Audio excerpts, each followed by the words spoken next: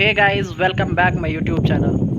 दोस्तों, जैसा कि मैं आपको बहुत पहले से लगभग पिछले 5-6 महीने से आपको बोलता आ रहा हूँ कि अगर आप कैपेबल हैं बड़ा पोस्ट लेने के लिए, जैसे लेवल 5, लेवल 6, लेवल 7, लेवल 4, मतलब जितना आप ऊपर जा सकते हैं वो पोस्ट आप ले लीजिए रेलवे में। मतलब एग्ज़ाम देके ले लीजिए, कहीं ख़रीद के थोड़ी लाना है। अगर आप कैपेबल नहीं हैं, अगर वो आप नहीं ले पा रहे हैं, अगर आप एवरेज स्टूडेंट हैं, अगर आप ग्रुप डी ये सोच के ज्वाइन नहीं कर रहे हैं, ग्रुप डी बहुत छोटा पोस्ट है, उसमें मेहनत बहुत ज़्यादा है, उसमें सैलरी बहुत कम है, ये बात सब आपका ठीक है। लेकिन एक बार जब आप रेलवे ज्वाइन कर लेते हैं ना, ग्रुप डी का ही पोस्ट चाहे क्यों नहीं हो, तो आपको प्रमोशन का बहुत ज़्यादा व्यवस्था मिलने वाला है, मतलब चांस मिलेगा आपको बहुत ज़्यादा। इसका अभी एक जीता जाता उदाहरण है, आरआरसी जयपुर से अभी आउट हुआ है रिज़ल्ट। वहाँ आप देखिए कि कितना कम कट ऑफ गया है और कितना ज़्यादा पोस्ट था वहाँ डिपार्टमेंटल कैटेगरी में, और आप ओपन कैटेगरी में भी देखिए कितना पोस्ट आया हुआ है और कितना कंपटीशन है वहाँ। और आप खुद से डिसाइड कीजिए, डिपार्टमेंटल से एग्ज़ाम निकालना आसान है या ओपन कैटेगरी से। तो ये कोई भी बोल देगा डिपार्टमेंटल से एग्ज़ाम निकालना ज़्यादा आसान है, लेकिन कुछ बच्चे मेरे भी कांटेक्ट में, मेरे दोस्त सब भी हैं, वो ग्रुप डी का जॉब नहीं करना चाहते हैं, बस इसी वजह से कि ये जॉब बहुत छोटा है, उनको थोड़ा अपर लेवल का चाहिए। अगर आप ले सकते हैं अपर लेवल का तो लीजिए, मैं आपको ये नहीं बोल रहा हूँ कि आप ग्रुप डी ही ज्वाइन कीजिए, मैं ये कभी नहीं बोल रहा हूँ। लेकिन आप अगर नहीं ले पा रहे हैं कोई जॉब, अगर आप ग्रुप डी क्वालिफाई कर पा रहे हैं तो आप ज्वाइन कर लीजिए।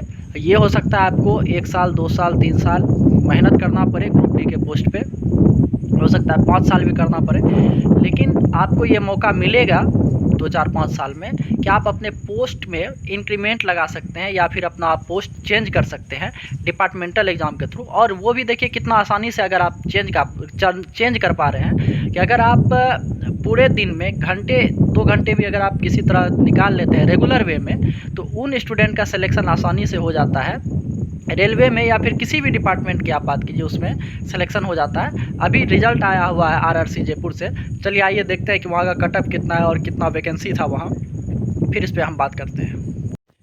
देखिए, अभी मैंने इसको आरआरसी जयपुर के ऑफिशियल वेबसाइट से डाउनलोड किया है और आप इधर दिनांक देखेंगे 31/5/2024 के डेट में ये परिणाम घोषित किया गया है जीडीसी का, जो अप्रैल 2023 में वैकेंसी आया हुआ था। यहाँ सारा डिटेल दिया गया है। उसके बाद जब आप नीचे आएंगे तो उसके बाद आपको दिखेगा कि यहाँ जो पोस्ट था ये असिस्टेंट लोको पायलट का था, जहाँ आप देखेंगे यहाँ, और ये 50% रिक्तियाँ थी, जो 11 पहले 25% था, उसको बढ़ा के 50% कर दिया गया था। और जो यहाँ आपका जो एग्ज़ाम है वो 2 डेट में हुआ था, 11/5/24 और 18/5/24 को कंप्यूटर आधारित टेस्ट था, जो कि आपका रिटन एग्ज़ाम होता है सीबीटी का। इसमें एक ही एग्ज़ाम होता है डिपार्टमेंटल एग्ज़ाम में, और जब आप ओपन कैटेगरी से एग्ज़ाम देंगे एएलपी का तो आपको 2 एग्ज़ाम देना पड़ेगा, सीबीटी 1 और सीबीटी 2, लेकिन यहाँ सिर्फ एक ही एग्ज़ाम है सीबीटी 1 का। और जैसा कि आपको पता है ओपन कैटेगरी में आपको 75 नंबर का एग्ज़ाम देना होता है सीबीटी 1 में, और सीबीटी 2 में आपको 100 नंबर का एग्ज़ाम देना होता है, प्लस अलग से ट्रेड का एग्ज़ाम देना होता है। उसके बाद साइको होता है। ये ओपन कैटेगरी का आपका डिटेल है। उसके बाद जब आप डिपार्टमेंटल में जाएंगे तो यहाँ सीबीटी 1 बोलिए या 2 बोलिए, एक ही एग्ज़ाम होता है, जिसमें 100 मार्क्स का एग्ज़ाम होगा और 90 मिनट आपके पास होगा। उसके बाद आपका साइको होगा, साइको के बाद आपका मेडिकल होगा। अगर मेडिकल आपका A1 फिट पाया गया तो आपका डायरेक्ट मेरिट बनेगा और आप ज्वाइन कर लेंगे आसानी से।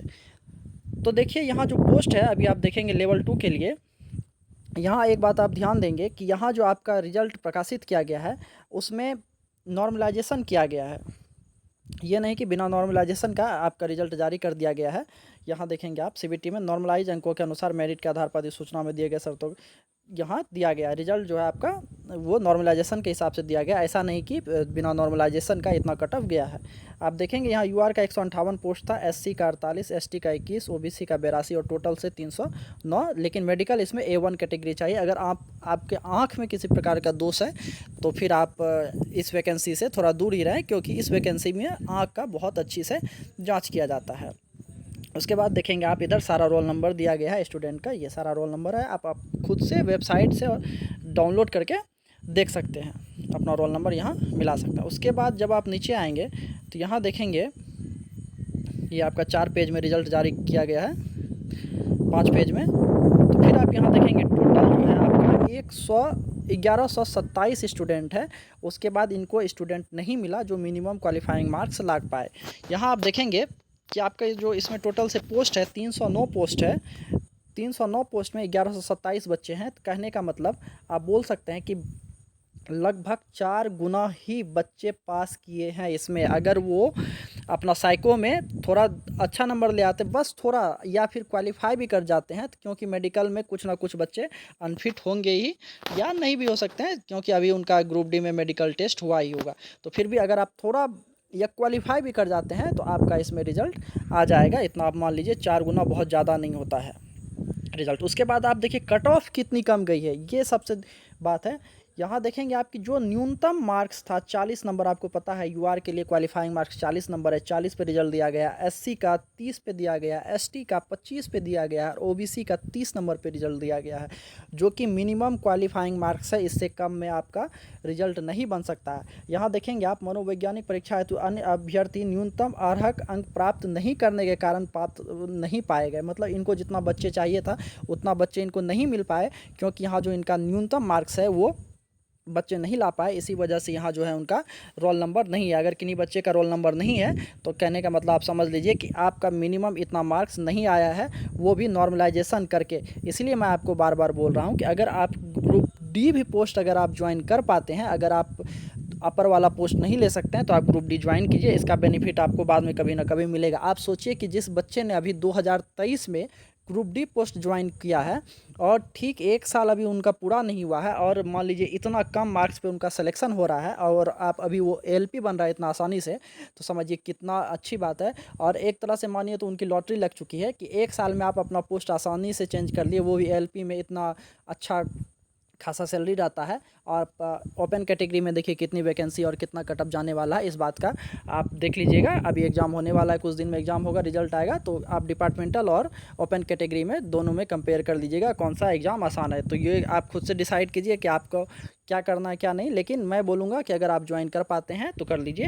यहाँ आप देखेंगे कि जून माह में चतुर्थ सप्ताह में जयपुर शहर में आयोजित की जा सकती है आपका जो वो होना है मनोवैज्ञानिक टेस्ट, साइको बोल सकते हैं, वो आपका जून मंथ में होगा, चतुर्थ सप्ताह में। ये भी आपका क्लियर कर दिया गया। तो इस बोर्ड से बहुत जल्दी आपका जो जीडीसी ये कंप्लीट करने वाले हैं। और जीडीसी अगर कंप्लीट होता है तो ग्रुप डी के पोस्ट बहुत सारे वैकेंट होंगे, जिससे आने वाले ग्रुप डी में आपको फ़ायदा मिलने वाला है।